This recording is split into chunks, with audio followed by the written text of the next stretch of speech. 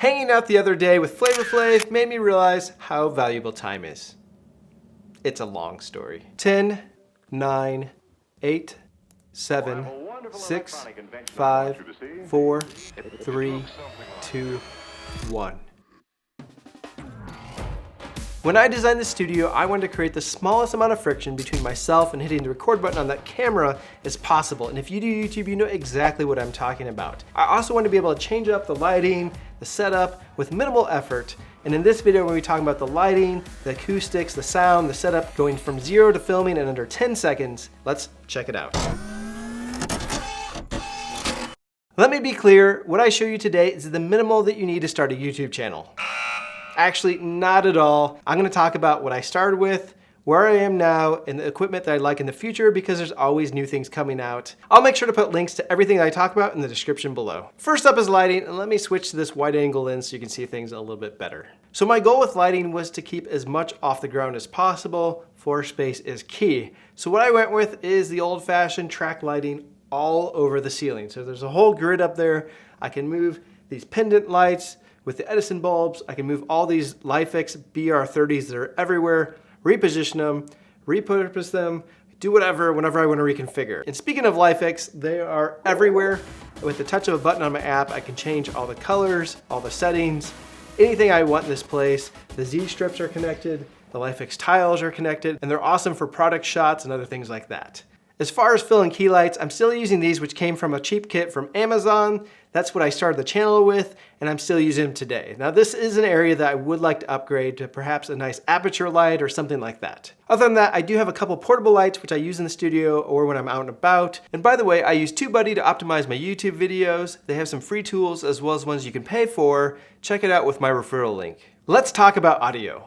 The very first video I created, I tried to use the internal mic on the Canon 80D and it came out like garbage. Just echoes everywhere. Your cell phone would be way better. I quickly moved over to some audio equipment that I had laying around for musical instruments. The workflow was terrible. Then I moved up to the Sennheiser MKE600, which is hanging right above my head here, and that is part of the studio design. I have it hanging from the ceiling, no C-stands on the floor, nothing else. I just flip the switch, turn it on, good to go. If I'm doing run and gun, I use this Rode Video Mic Pro Plus, and yes, the Plus, so I don't have to hit the power button because I'll always forget. And that's something I wish I didn't have to do with this mic up here, which is hit the power button.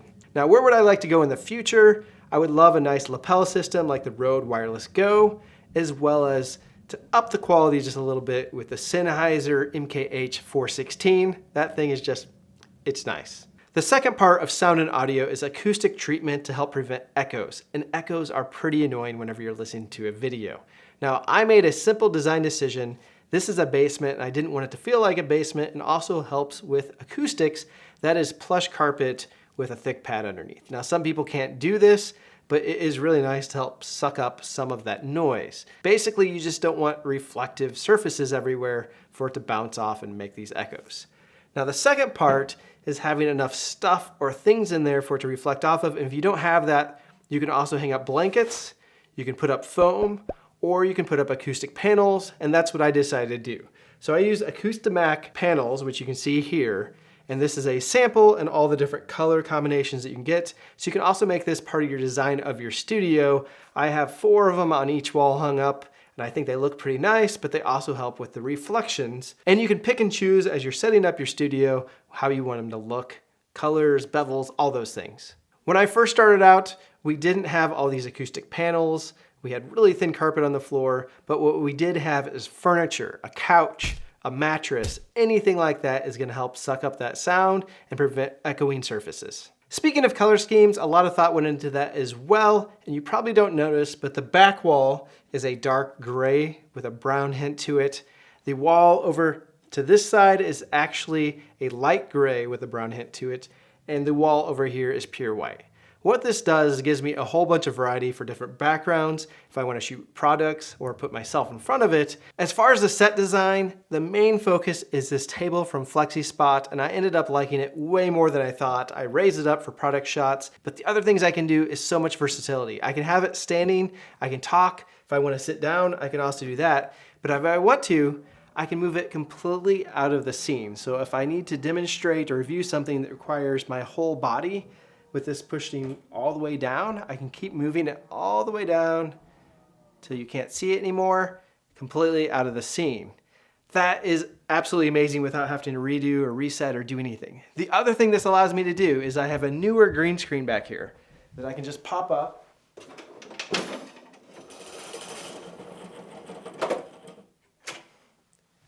And I have a green screen that I can use whenever I want. In just a few seconds, I can move the table down, pop up the green screen, do some recording, and just a couple seconds later, I can move it back down, bring this back up, and I'm back to where I was before.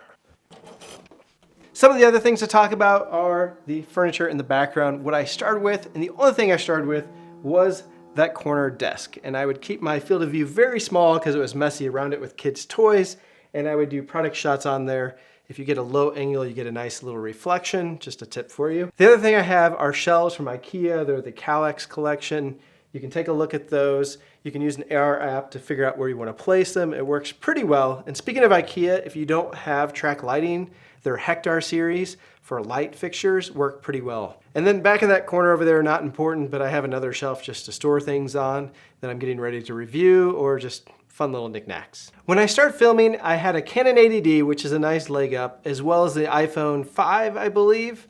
And today I still use the Canon 80D, the iPhone 10, as well as the Insta360 One X. If I was gonna upgrade, I would say I would go to the Canon 90D or the EOS R. I'd really like to see what Canon comes out with next because I'd really like to upgrade to those RF lenses. They look really nice.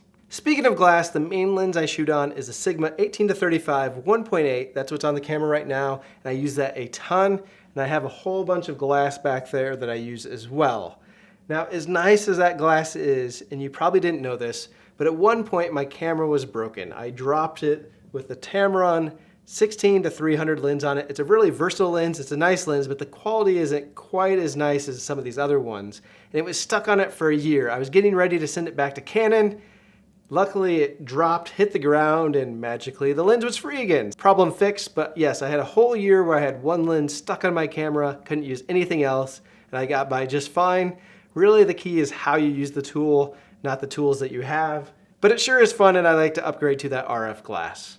Swinging around to the other side of the studio, down here I have a slew of tripods. I have small ones all the way up to large ones for vlogging, for mobile shots, to lightweight tripods, to big ones, to the biggest one, which is on that camera right there. It's a fluid head. It's got a Manfrotto big video tripod on it. Maybe I'll do some review of all these at some point, but I haven't done one yet. And as you know, if you watch the channel, I do have the Phaotech and Ronin S for gimbals. Use those for those nice sweeping shots, as well as a slider at the top there. If I was gonna get something new, I'm pretty good on tripods, but for sliders, there are some really new cool ones out there with jibs involved, and I do a lot of my own filming. I'd love to try those things out. Maybe someday I'll pick one of those up. One last thing, I have this handy dandy remote to start and stop recording so I can save a little bit of memory card space as well as not walk back and forth all the time to the camera, and that's pretty much it. Let me know in the comments below what you thought of the studio. It's really set up to be configurable, 0 to filming in under 10 seconds, and I absolutely love it. Hope you did as well. And remember, if you're just starting off YouTube, you do not need all this stuff. Eventually you will make money to pay for it, but starting off, you really need a solid storyline, a phone, a little daylight, and hard work, and that's pretty much it.